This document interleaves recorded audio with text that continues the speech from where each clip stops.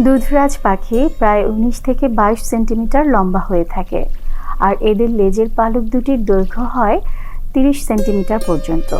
সাধারণত এই লম্বা লেজের অধিকারী হতে পুরুষ পাখিদের ৩ বছর মতো সময় অতিবাহিত করতে হয়।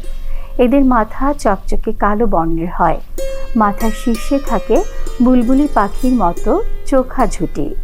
ঠোঁটের রং চকচকে কালো ও এটি বেশ শক্ত। দুধরাজ পাখিরা গভীর বন জঙ্গলে বাস করে। এরা পরিযায়ী এবং শীতকাল কাটায় ট্রপিক্যাল এশিয়ায়। এরা বেশ কোলাহল প্রিয় পাখি। এরা তীক্ষ্ণ স্বরে ডাকে। প্রজনন মৌসুমে মোলায়েম সুরে ডাকাডাকি করে।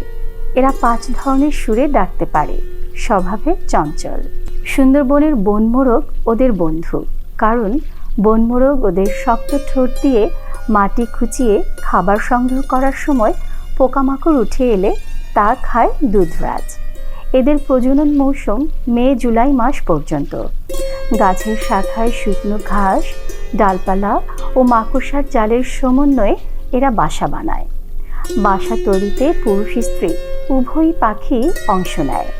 সুন্দর ছোট কাপের মতো দেখতে বাসায় এরা ৩ থেকে ৪টি ডিম পাড়ে। এদের বাসা বেশ পরিষ্কার হয়। স্ত্রী পাখি ডিম পাড়ার পর পুরুষ ও স্ত্রী পাখি পালাক্রমে সেই ডিমে তা দিয়ে থাকে।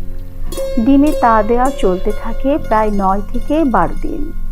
ডিম ফুটে বাচ্চা বের হলে উভয় পাখি বাচ্চাদের খাওয়ানো এবং লালন পালনে সমান ভূমিকা রাখে।